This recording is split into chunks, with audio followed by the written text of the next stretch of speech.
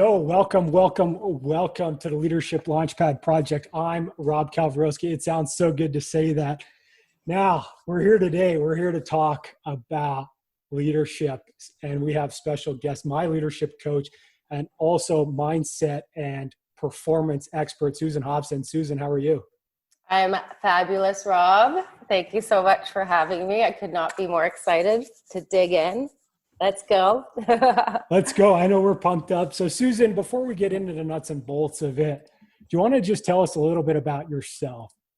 Like, who are you and why is leadership so important to you? Yeah, my name's Susan Hobson. I'm a leadership mindset coach, as Rob so kindly shared in his intro. And I always like to just start off by making sure everybody understands what that means. Like my specialty is in mindset strategy architecture. That's what I teach. I've been doing this for a real long time, almost 15 years in the game now. Mindset strategy to me is kind of what it's all about. Mindset is just a terminology for those of you who aren't familiar with it that just refers to this playbook of beliefs that we have running back here that actually run the show in terms of our external results that we produce.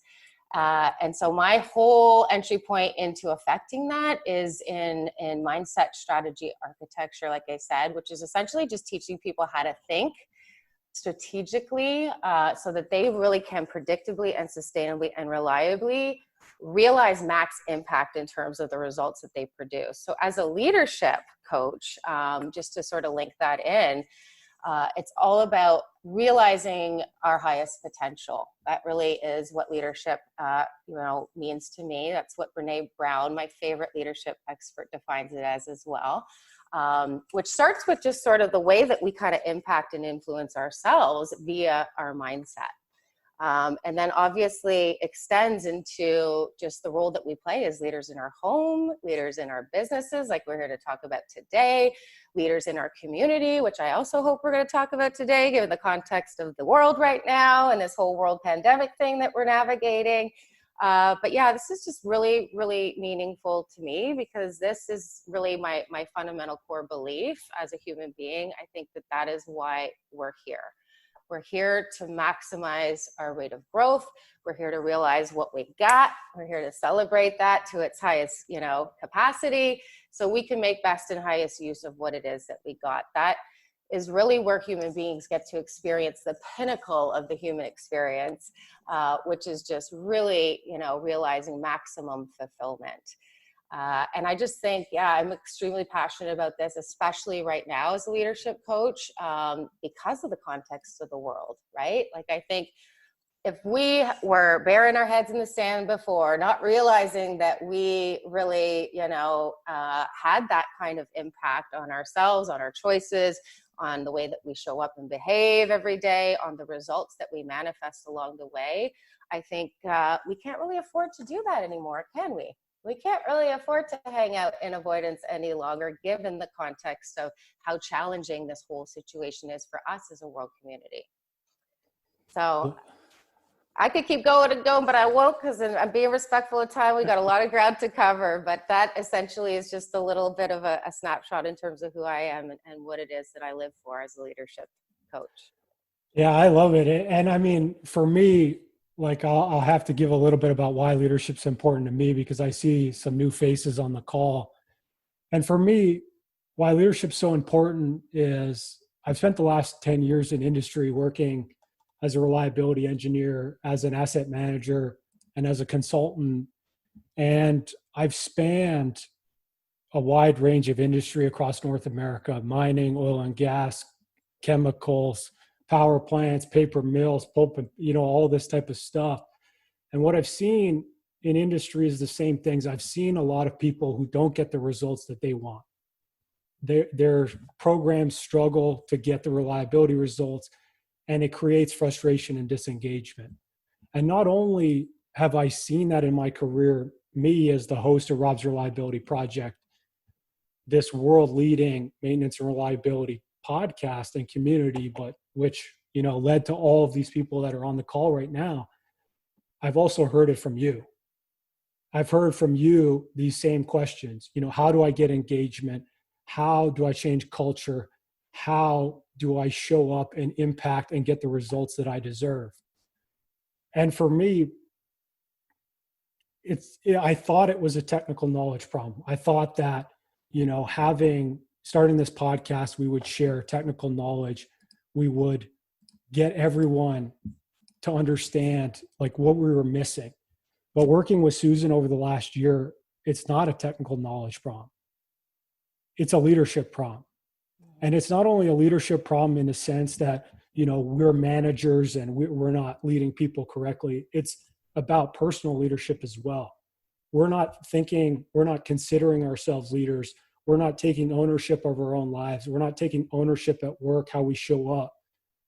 And I wish I could say to you that it only affects us at work. I wish I could say to you that it only affects your company, the millions of dollars that each and every one of you see in value in your company, in waste in your company, that millions of dollars that you can't get.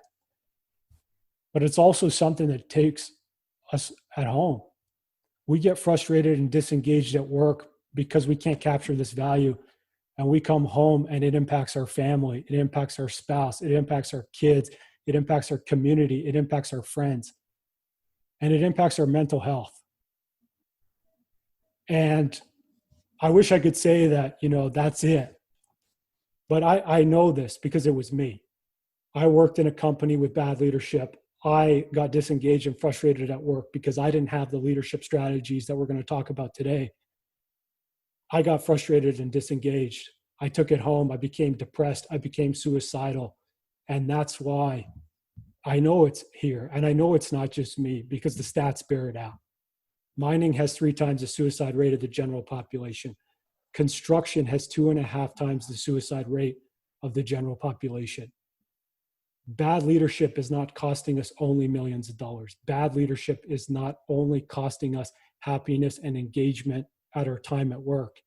Bad leadership is not only costing us happiness and engagement at home with our friends and family. It's costing us our lives. And that's why Susan and I are here today. That's why I'm here today, is because I can't put up with it anymore. So Susan, I know we touched on it a little bit, but can you break us down a little bit about like what leadership is and what's leadership 2.0? Yeah, like I said in my introduction, I think leadership, it really just comes down to, the way that we are relating to ourselves. I think that's where it starts with personal leadership, right? It breaks my heart when I hear those stats. I can't help but just get chills all over my body, right? Because the cost is so great to this not understanding how we need to relate to ourselves so that we can actually set ourselves up to grow. Like I said, that is the fundamental truth for all of us as human beings. That is why we're here. It's the very nature of ourselves, right?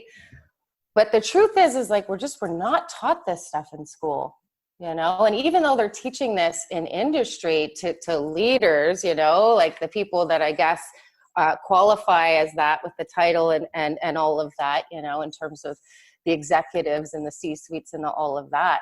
The reality is, like Gallup did a poll. I was reading in the Harvard Business Review this week, actually, an article that came out where $365 billion is being spent on leadership development, and 75% rate of those companies and organizations rated that training as ineffective. And they basically studied it and boiled it down to the fact that they were not touching on this whole concept of mindset.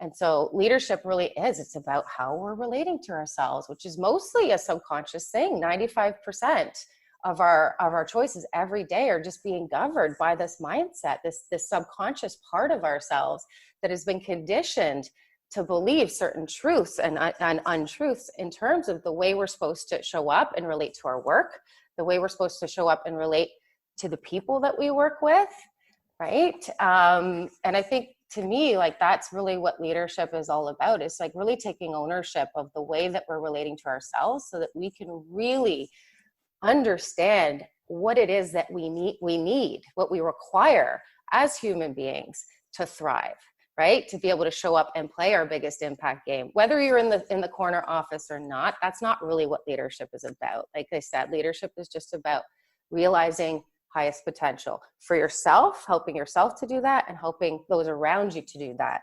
Whether it's because you're actually like leading people on the work front, or it's leading, you know, your family members at home, or you're out in the community coaching soccer or football or whatever it is that you're doing to serve your community. Yeah, leadership, to me, it's more than just management, right? It's more than just you're responsible for making sure that other people around you do the tasks that they've been assigned to do. That's not leadership, right? No, leadership is really about, you know, owning your role in the lives of the people that you touch and the people that you come into contact with, and making sure that you're doing everything in your power to support their growth, to empower their growth, to help them realize their highest potential. Not only is that good for you, like we just said, right? Because that's where you're going to feel the best, and that's where you're going to get all, you know, your needs as a human being met, because you're realizing, you know, your fullest potential in terms of your impact. But the ripple effect of that is just so massive and so important. And like I said, so critical given the context of the world right now.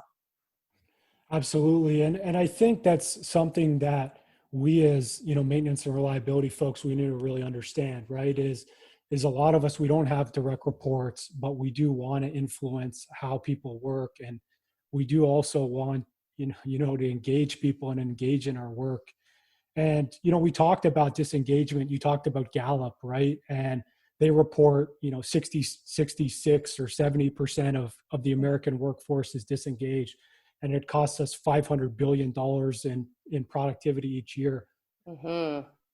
Like, startling numbers. yeah. Wow. And something we talked about the other day about disengagement is that the disengagement is that lack of meaning.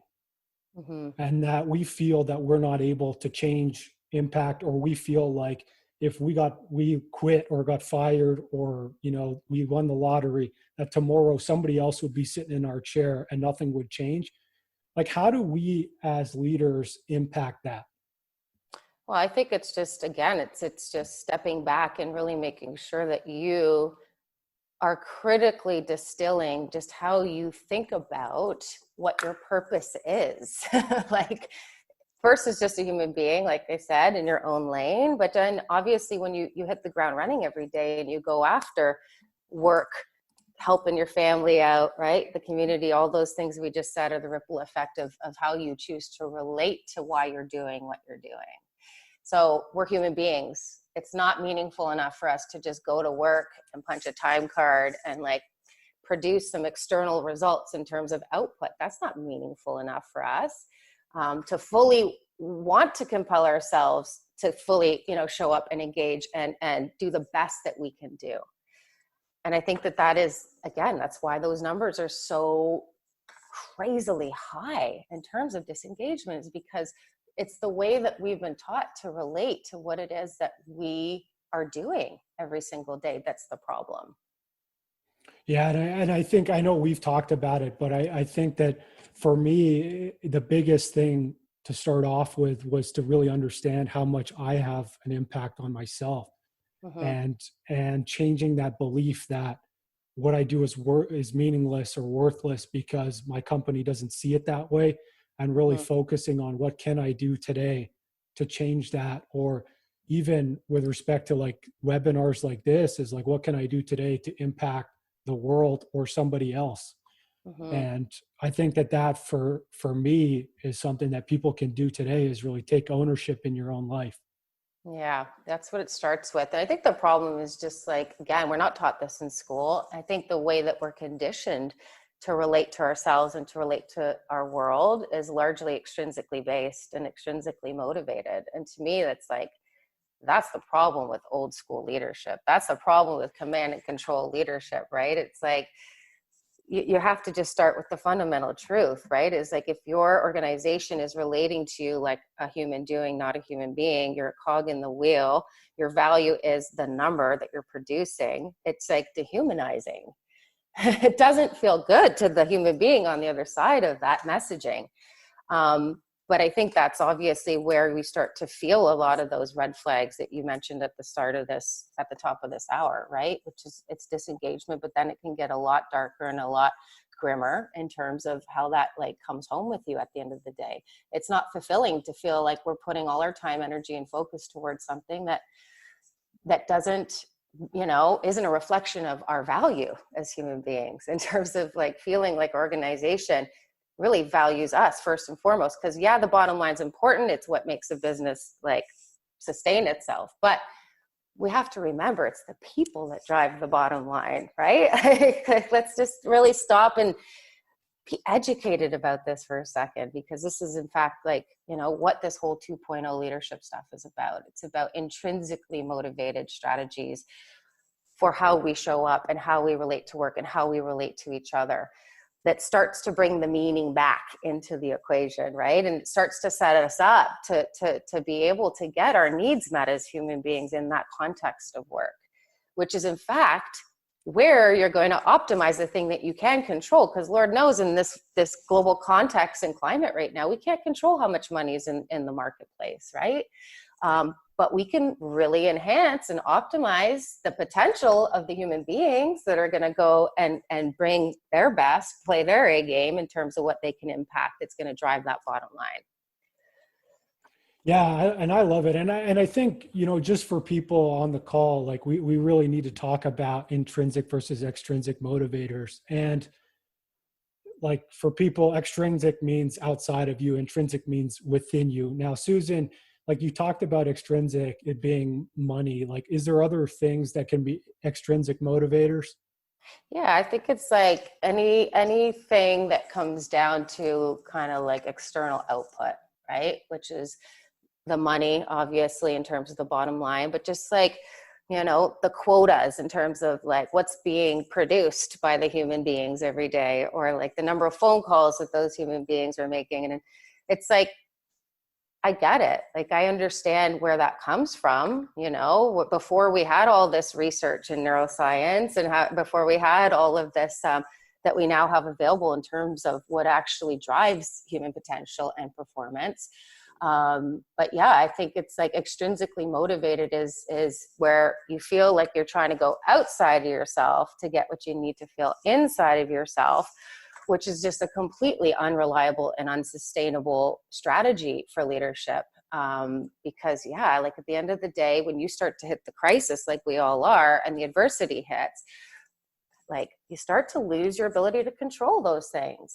And this funny thing happens in the human brain when you start to hit the roadblocks and the adversity, right? And things are all of a sudden unknown. It's like, we start to want to control things more. And so it's just, doesn't take a rocket scientist or a neuroscientist to be able to just understand that that's not going to feel very good to the people who are receiving that, right? Like it's going to be more pressure, more demands, higher expectations. And this is just like in my field where we start to see the wheels coming off the bus. But yeah, I think like that's external motivation. That's where all this command and control, authoritarian type of leadership comes from. It's like a very fixed mindset strategy, right? Where it's like you're really trying to control the output, and you're doing that because it's coming from a space and place of believing that this resource is a fixed, finite resource that you only have so much of. In contrast to this whole intrinsically based strategy for leadership, which is based on, like growth is a resource that we can always expand upon, that we can always enhance and optimize. There's more resources in there that we can tap into, right? And I just think it changes the game in terms of how that type of reception lands in the experience of the human beings that are having to, go after work in very challenging, uncertain times, right? Yeah, and I think like what I see across industry, and we've talked about it before, but what I see is very much that fear-based, the fixed mindset leadership. Like everybody on the call, I'm sure you've worked at places that have bonuses for safety outcomes, have bonuses for production outcomes, are really hammering people on metrics or KPIs. And I mean, in the short run, yeah, it works. But what you see and what I've seen over my career is people figure out either a way to hit the metric whether it's real or not, whether they make up like basically make up the metric or not. Or you see something like, I've seen safety incidents where the guy broke his leg at work and the next day they had him on light duty so then they could hit the target. And to me, it's like, it's killing cultures out there and it's killing our employees. Like, how do we move from that fixed mindset, or how do we move from thinking that way into more of a growth mindset?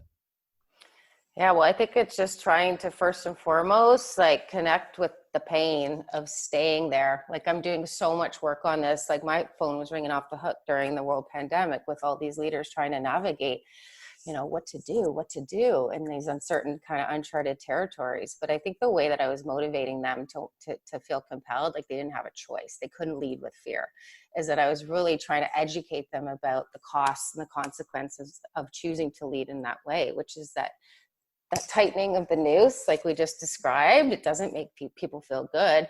It definitely does not make them feel valued, right? It definitely breeds distrust, which is, a huge, huge disruptor to rapport. I always say to my leaders, you're dead in the water as a leader. You're not a leader, in fact, because you're not impacting or influencing anything if you've lost that trust and rapport in your people. It's like really just trying to help educate them as to how that strategy will actually play out. Fear, I always say, is a self-fulfilling prophecy. So like the best way to get what you don't want is just go ahead and fear it. So I usually do a lot of leveraging of their mindsets by really starting to just, play the tape forward and extrapolate like what that actually is going to look like in terms of the ripple effect. But I think in contrast to that, it's like really helping them understand just what an opportunity this leadership with the growth mindset is, which is it starts to really put that trust in your people. Like if you inherently are confident that your people have what it takes to dig into the challenge and adversity, to find those opportunities for growth, because that's exactly what you're going to find, right, when you're in that kind of open and resourceful state. I think, not only is it very empowering to those people, right, because that's how it lands in their experiences. They feel valued, they feel trusted, and that's all very empowering for them. But that's where they actually are going to now start to think outside the box, have the ability to think more creatively or more innovatively. That's where they're going to want to really take that responsibility and run with it, because that's what you're doing in that situation as a leader, is that you're passing that ball to them and saying like I believe in your capacity to grow and figure this out. It's challenging, yes, but you got this. Well, we're together, shoulder to shoulder. We'll figure it out. But ultimately, it's like when they actually get to see themselves figuring things out, it starts to stack these building blocks for their confidence, right? And I think that is where you're going to get the most out of what that human being is capable of. It's also where you're going to discover all kinds of new opportunities in that space that is unknown. Like disruption's not a bad thing. We're business people here. We know in the context of business, like disruption can be a massively positive association. So us having to disrupt status quo thinking and think outside the box and be innovative, that actually play that tape forward. Like not only is it good for your people, not only are you going to help support your people being able to navigate what is undoubtedly one of the most trying experiences that we're all having as human beings right now, but I think it could actually start to dip into and tap into some growth potential amongst all this adversity. I think that's the best kind of motivation, right? Because it's intrinsically based, which means it's always inside of you, the leader, inside of them, because you're instilling that in them as well. And that is where they're going to lean in, be fully engaged, own their role in that personal leadership and responsibility that they're being trusted with. Which is just like play that tape forward. It's going to be good for everybody, But it's a strategy that is in your control. And that really is what mindset comes down to. That's what I really teach and preach with my clients, is like trying to lead with the fear-based, command and control and controlling the output and the external. It's like, you can see when that starts to slip away, like we really start to hit the roadblocks in terms of anxiety and panic and like all of these things that really constrict us, right, as human beings, in terms of the way we're able to attack problems and the way that we're able to stay resilient and flexible when the roadblocks present themselves. But yeah, I think like if you can control being in that kind of creative, innovative, confident, empowered state, I think it's obviously that's something that you can control that's going to start to ripple effect to impacting the bottom line and the results and the output. Make sense? Yeah, like let's talk about that ripple effect a little bit, right? And it's something that we've talked about is, how we can show up at work and how we can show up at home as these people who are leaders, and how it kind of changes the energy, and not only changes the energy, just impacts the people around us. Like, how do we start going about doing that? Or how do we sort of take ownership in our own lives? Yeah, like I think it's going back to what I said is kind of the challenge for all of us as human beings is like choosing to lead our lives in a purpose-driven way, which means that we're adults, we're not kids, right? Like this is the difference. This is where it's supposed to become more intrinsically based motivations for what we do with our time, energy, and focus. It's just like choosing to really identify with that value of growth yourself and realizing that no matter what kind of a context you're in, like that's something you can control, which is like hitting the ground running with a sense of purpose and meaning. Choosing to show up in the world and play your biggest game, that's something that we can all get behind that we know is going to make us feel good, right? Because where we actually are going towards something that we care about, that we value, that's important to us, the ROI is going to be much higher emotionally for us. Not only is that going to sustain us, especially when the adversity hits or the challenging things occur, but yeah, like us seeing ourselves grow in the way that I just described a second ago, there's a compound effect to that is just going to make our experience of going out into the world every day richer and more fulfilling, which I just think, this is the call I'm hearing right now, like myself in my own lane is like, it's so hard for so many people right now. If I can get in an elevator and like positively impact somebody's day, because I believe that's important, that's something that I can do, that when my head hits the pillow at the end of the day, I'm going to feel really good about, right? Like I'm choosing to do that because it helps me to engage in a way that's meaningful and important to me. It's in alignment with who I choose to be as a human being. But then I also play that forward, and not only just like, as a leader to my daughter, to my 8-year-old daughter in the home, because I take that very seriously, just in terms of the energy that I bring to her, because things are so hard for her right now in isolation, not seeing her friends, soccer's been canceled, like all these things that we cannot control. I compel myself to just take ownership of that, right? Because like that's part of my purpose is like I really want to make sure that my impact is positive. Like the way I'm choosing to show up, the energy that I'm bringing to that is positive, and it's going to be beneficial to those around me. And that's like, I just think it's kind of the call I'm hearing in the world right now is like, we are all teammates in this. Hey, everybody out there feeling like you're alone and it's so hard. It's not true. Like we're all in this to win this together, right? Like we're all going through this collective world adversity together. So it really feels good to choose to lead yourself in that way. And I think it's what this world needs more than ever, like given the context of how hard it is. Yeah, I couldn't agree more. And it's something that, through the process of us working together, it's really changed for me, right? Like I came to you and I didn't consider myself a leader. I thought, I bought into the old leadership model about, command and control, how you had to have people who reported to you. And, like I'm sure most of the people on the call here, you probably don't have direct reports. Like I've had a couple over my career, but really, really nothing substantial. And even for me, like you changed that, like leadership is about impacting others and helping them realize their highest potential. And even that switch in me, it's changed this podcast. It's changed how I've showed up. It's changed. Like now I'm doing, these webinars. We have people from all around the world. We're doing the mental health webinars. Like I'm partnering with guys in Australia to do them, which you couldn't get further away. And I think that's the first step is it's not just about, having direct reports. It's not just about leading a project, a reliability initiative, a maintenance initiative. It can be something in your community. Like a friend of mine sent $50 to his former tour guide in Cambodia this morning because that guy, like, tourism is dead and that guy is struggling to feed his family. And it's like, you can make that impact. And like for us, $50 doesn't get you very far. For them, it's like, it's worth like $2,000 in purchasing power. Like it's significant. And I think it doesn't have to be money. Like we're not talking money, but you can impact more people than you think. Yeah, I think that's something we all got to deeply think about right now. I think that is the call, right? It's just like how we choose to show up in our lives. There is a ripple effect to it. You can't hide your head in the sand, especially not after this webinar, right? It's like, that's my challenge for all of us, is like, we have to own our role in that. We're teammates in this, like whether it's at work or it's on these webinars or wherever.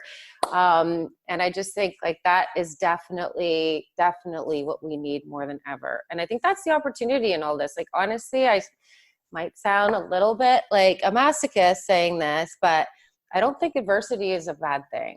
Like, I think the fact that we're being shooken up and we're having this type of discussion is exactly what I've stayed laser focused on as I've been helping my clients navigate all of this adversity in their businesses, right? Which is like, there's always opportunity for growth buried in that adversity. And I think, us needing to wake up to the fact that we have a tremendous role to play in the way that we show up and the way that we impact the lives of others, I think is some of the silver lining in all of this, And I think for me, like one of the things that I take out of this period of time is just the need for connection and the need to make the people around you feel valued. And I think like we talked about, high performance cultures and high performance leaderships and psychological safety and trust and connection, vulnerability and courage. Like those are elements of those cultures.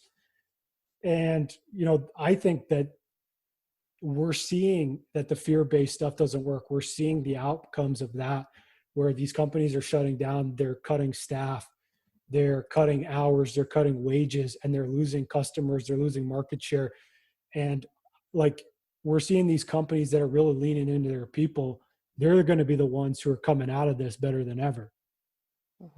Yeah, I think so. I think that's what this is trying to blow the roof off of, is this scarcity mindset, right? Like coming from a deficit, which is just actually just not the way forward in any context for our health, our relationships, our business, our money, any context. It's not the way forward. It's like realizing that there's an abundance of resources, first and foremost, inside of ourselves at all times. We just have to know where to look for them. And that's what this whole 2.0 leadership thing teaches.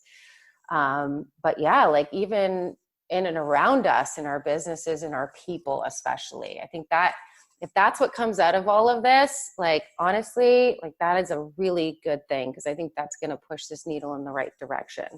In a time when we need this, like that's the biggest thing that I'm seeing as the purpose for me as a leadership coach right now, is like, we have a chance not only to get back in the game, in a different way, but in a way that like changes the way the game is being played forever. And I just like, I hope that's not lost on anybody out there. If it is, hit rewind on the replay here. Let's own that, and then let's double down on that, because that's not only going to be good for us, because like we just said, this cuts right to the jugular of everything I know you're so passionate about.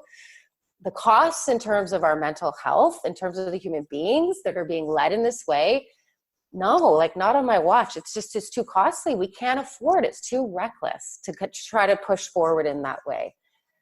So I just think, yeah, like if we have some locus of control and that starts with us, how can we choose to ignore that? Mm-hmm.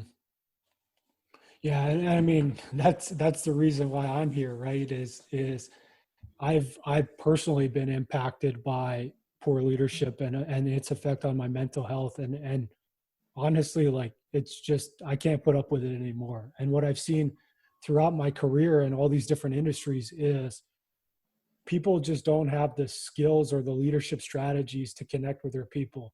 And some people are scared. And like, I've had a lot of conversations with a lot of managers where they don't know how to create connection. They don't know how to even open up a space where you could have a real conversation, Mm-hmm. because they're like a maintenance guy or an engineer that got promoted because they were the best one. Mm-hmm. So where do we start with Mm-hmm. like creating that connection, or creating that psychological safety for our people to be able to confide in us? Yeah, I think like that is a skill set, right? And like I said, 75% of these $365 billion that's being spent in training our leaders is like not even touching on the mindset strategy of this. But that is mindset. That is like everything I'm just rolling out here is just like my beliefs, right? About people, which drive the way I feel about people.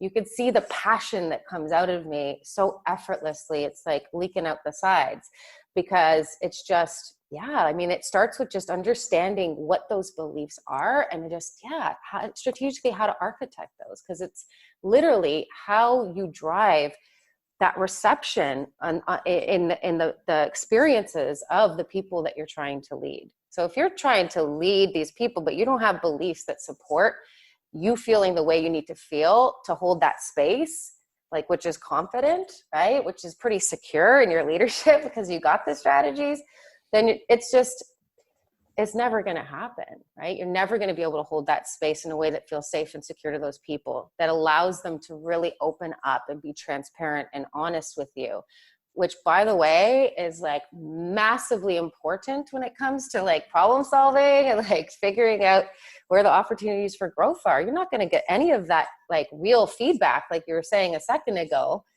People lying and cheating their way and shortcutting their way to try to just, here's the result, boss.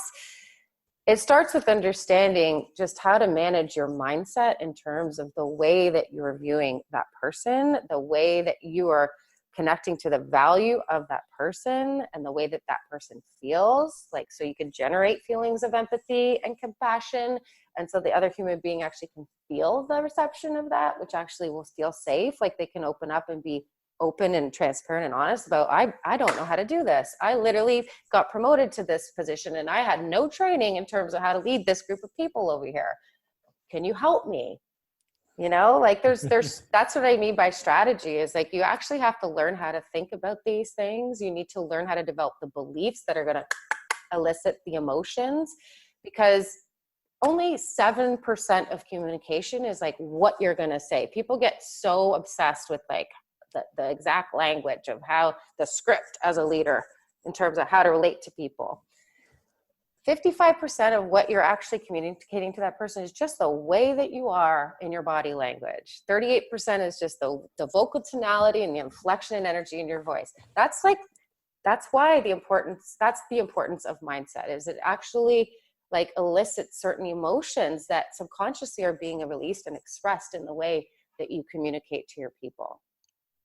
And we got that question in the chat, like Cliff put in there, like we've talked about it before, where basically most of your beliefs are in play before you're 7 or 8 years old.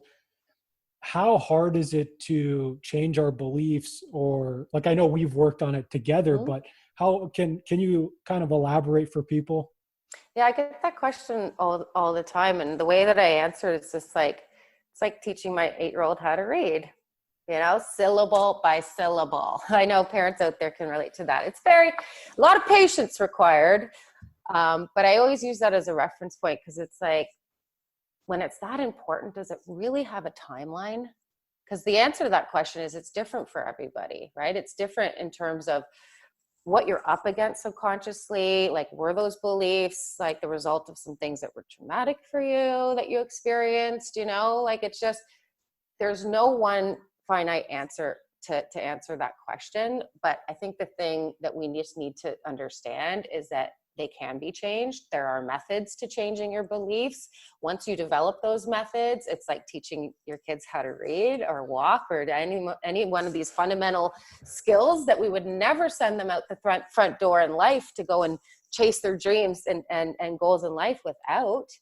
So it's like learning how to walk and speak like as a leader. Like, if you can't communicate to your people in a way that makes them feel the way they need to feel to elicit that type of response, you got to figure that out. You got to get the methods and the strategies. You got to study that, and you got to make that the priority, and you got to figure it out. But it's not as hard as you think. Because I've done it. I've done it, so it's not as hard. If Rob could do it, right? Anybody could do it. No, I mean, that's my practice in my work with leaders. Okay, I've been doing this for 15 years. They would not still be coming back, right? And doing that work if it didn't work. I think the reality is that, yeah, you know, in my process, I've figured out, like, because I've studied this, you know, or like the whole like executive leadership strategy at Harvard last year. It's like the latest and greatest cutting edge ways that we teach this type of thing to leaders. There's neuroscience, thank God, 2020, guys, we know a lot more than we did even 10 years ago about these practices and how to do this effectively. So it's not really a matter of how long it takes, it's just a matter of importance and putting this at the top of the list. If you're trying to be an effective leader and you're trying to own your role as a leader, which we said is kind of, we can't afford not to do now that we've learned everything we've learned in this call. Yeah, if you're the type of 2.0 leader who wants to really play your biggest impact game, you can't do that unless you understand those mindset strategies in terms of architecting those beliefs. And that for me is one thing that I think a lot of the leadership courses that I've seen or taken in the various companies I've worked for, it lacks. Like they teach you stuff, you know, like how to manage people, what metrics you need. You know, they teach you even sometimes they'll teach about how to have conversations with your staff, and they fall really flat because it's like, you know, it's basically like you've read this conversation in a book. And so you're just repeating it. And for me, that's where I think, you know, the belief systems drive the emotion, which drives what you do, which drives your results, right? That's that pattern of how it goes. And I think, you know, a lot of us as on this call, like we're engineers or we're used to being a robot, or maybe we even want to feel like a robot. Like I know I did for a long time, is I wanted to shut everything out because I thought that would help me perform better. Now, maybe can you break it down for us? Like, how does emotion get us those peak results? Yeah, I think this is literally how it works with human behavior, which is the thing that drives results. Can we all agree on that? It's like how we act and behave on the daily is essentially what is leading to the results that we experience with our people in business, the bottom line, etc. So what drives behavior? The choices that we make, right? And what influences the choices that we make to say that thing or not say that thing. Yeah, it's the emotion that's being released in and around the decision. So our brain is meant to keep us safe and alive. That's why we have a brain. For those of us who didn't learn that one in school, or maybe forgot, because let's face it, that was probably way back in school. But the way that it does that is it does that by taking every experience we had as children and ascribing meaning to that. And we needed to know whether that meant pain, don't touch the hot stove, that's dangerous, migrate away from that, or got a boo-boo on my knee, run to mom for a kiss of the boo-boo and a Band-Aid and a hug, that's pleasure. So it's our associations of pain and pleasure that really started to, you know, store those beliefs as this playbook back here of rules for life, governing every choice we make, most of which, by the way, are completely automatic, 95 to 97% a day. You don't even realize that you're making them. But yeah, all of that is just, it's being governed by the beliefs that are getting triggered in and around the situations that you're running into day in and day out. So I think, you know, yeah, where you have like, you know, this whole belief system about like the numbers needing to be perfect or needing to be a certain way, right? And you feel that kind of level of anxiety that comes in and around that type of belief system when you're talking to that person. How's that going to affect the result? What did we just say that's going to make that person feel? Like they got to lie and shortcut and cheat, or the presenteeism and the absenteeism and all of that, you know, short-term, long-term disability, like there's a ripple effect to how that's going to play out in the reception of that. So that's an example of where you have a belief system, obviously, that is releasing emotion that is not driving the results that you want to see. Whereas like if you have a belief system that this person's a smart person, like this is a hard situation we're trying to figure out, but I'm going to pass the ball to this person because I really legitimately believe that person can figure that thing out. how are you going to feel when you relay that information to that person? It's like, you're going to feel like, empowered and confident. And like you're going to feel like, I trust this person. That person's be like, wow, this guy trusts me. I feel that. Ripple effect that in terms of how it's going to affect the output and the results, right? So I always say it's so funny when I'll work with like a pro athlete will come through my door and they'll be like, you're going to make me talk about my feelings, like that. But there's nothing more powerful than emotion when it comes to performance. They're driving you up or down. And if you don't even know like what those emotions are saying to you or to those people, you're not at the helm. So emotional intelligence, I love to dig into with my leaders because I think it's a superpower, right? It's like the gateway into somebody's mindset, the gateway into their conditioning, their blueprint of beliefs, and all of that wonderful stuff that we teach somebody how to affect when they're trying to impact and influence their performance. And that's something that Matthew just threw into the chat, right? He said like a lot of people, they go to these leadership trainings and it changes for a couple of weeks and then they revert back to old ways. Mm-hmm. And that's just the belief systems coming into play, right? Like they haven't changed any beliefs. So therefore they're just kind of naturally doomed to go back to what they were programmed to do. Exactly. Yeah. The reverts. Yeah. That's what we call that, right? It's like if you don't penetrate the subconscious mind, you're not going to affect long-term, sustainable, lasting change. That's why I don't mess with anything less than actually penetrating the subconscious mind, because that's where you give somebody the tools and the strategies to know how to nurture that and to continue to grow that in their own lane, being self-responsible. Which is why we're all here. Yes, exactly. My type of crowd. Yeah. So, I mean, I guess like what we're coming together to do and sort of one of the reasons for this call is like not only just all the mental health stuff and the leadership problems and all that stuff that we've seen across industry, but also like this year, the COVID, the financial craziness that's been going on. And we've sort of put our heads together and come up with something to really get at those mindset, those belief systems, and really take leaders to the next level. Do you want to talk a little bit about that? Yeah, I think this is really the call, right? That you and I have both been hearing. First and foremost, like how incredible has your growth trajectory been in terms of stepping into some of these leadership strategies yourself? I think we've all bared witness to the ripple effect of Rob owning his role in his own lane, right? In terms of getting out and sharing all of that in a completely vulnerable way, which has been very powerful, I'll say, for me to witness as your coach, but obviously has been extremely meaningful for your community. And I think that sort of birthed or awakened this sort of, next level of leadership that you really wanted to go after and tackle. And I couldn't be more excited to be a part of with you as your line mate over here in this whole leadership mindset strategy arena. So I just think for me, like that's the big call. I feel like right now we have an opportunity as leaders to own our role in everything that we are bringing to the table. I think learning about just everything we've laid out in this call today, obviously going much deeper in terms of the actual strategy of that, really is the opportunity that we all need to claim, right? Is like understanding that we can change the way that this game is being played forever in the way that we feel from a mental health perspective, because I know that's a big part of this push for you and this passion project for you, Rob. But in terms of our families, right? Because, the way we feel when we get up to go to work models that for our kids to see. That is a big part of the beliefs that they are going to be informed in their experience about how they choose to go after, the things that they do professionally in their own lives. But just even that, how you feel about your work when you come home at the end of the day. What are we modeling there? But yeah, no, certainly in terms of our businesses too. We have to make a comeback here. Let's be honest. Like really what we're being faced with, that's the challenge in front of all of us.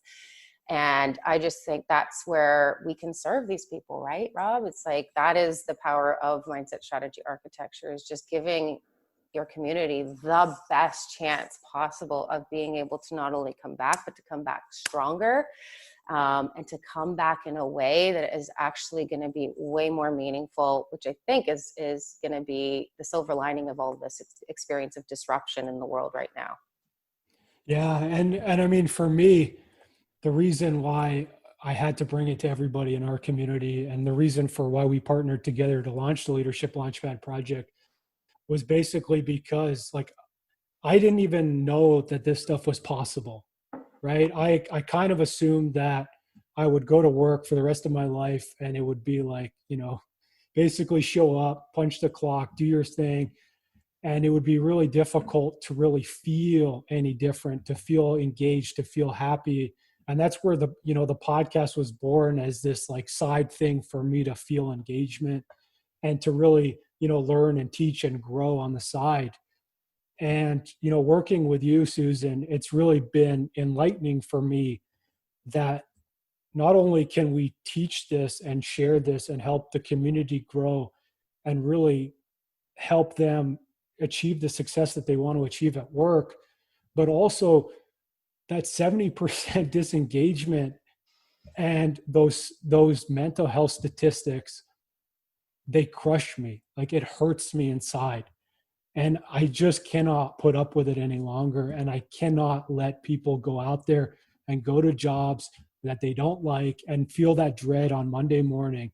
It's just, we just can't put up with it anymore. And the first step, is 1, thinking yourself as a leader; 2, taking ownership in your own life; and 3, it's the mindset strategies, it's the leadership strategies that we're going to talk about in the Leadership Launchpad project. We're going to teach everyone. And it's just taking that ownership. And, so, I mean, getting right to it, we're launching the Leadership Launchpad project. It's a 12-week leadership program. We're going to talk about mindset. We're going to talk about leadership 2.0. We're going to talk about what leadership strategies you need to succeed in 2021 and beyond, from companies that actually succeed, not just ones that drive people with a carrot and the stick. And we're going to talk about, how to take yourself to the next level, how to take your life to the next level, the people around you, and then finally your business too, because let's face it, we're also in it to win it for business. And really, to find out more, I'll put the link in the chat, but you can go to robsreliability.com/leadership and you can learn more about it. Definitely you'll want to sign up before September 1st, because we have a little discount to go, or we're giving people $500 off until September 1st. So you'll want to sign up as soon as possible. But if not, like, registration will close on the 14th of September. So definitely join us, and definitely just know this, like, everything you've seen that's changed in me, you're going to get some of that. And I know you're not going to want to miss it. And I know, sitting here today, like, I can say working with Susan has changed my life forever. And not only has it changed my life forever, she's saved my life. And that's how much this means to me. And so I really hope you join us. And I really hope you find that leader inside you. Yeah, responsibility is a wonderful thing. I just think it's our relationship to that Rob and I really want to help with. After hearing about all of this, I think we can see it's like, yeah, if we know there's a better way, how can we ignore that? And how can we choose to continue to push forward in the ways that we know are hurting people, including ourselves, because it creates suffering. Like, Rob has been so honest and transparent and vulnerable with us all sharing. But yeah, being responsible for how you impact and influence results is where you become responsible. And that is the whole pathway to empowered leadership. And I just think, yeah, I can hardly wait to uncork that and help all of you out there really, really discover that type of existence, because it's phenomenal, isn't it, Rob? It's changed my life. The smile on your face says it all, buddy. Yeah. So everybody who's listening and everybody who joined us, really, really, really appreciate you joining us. Susan, obviously, I really appreciate you joining us as well. If you haven't yet, go to robsreliability.com/leadership. Check that out. Definitely, you're going to want to sign up for it, because this stuff, it's going to change your life. It's going to change your business. It's going to change the people around you. And most importantly, it'll get you those feelings of happiness and engagement that you really want. And that is probably the most important thing that we can leave you with today. Mm-hmm. So I really appreciate you guys joining us. I really appreciate each and every one of you. And I care so deeply about each and every one of you. So thanks for listening. And we'll see you next time. Thank you, everybody.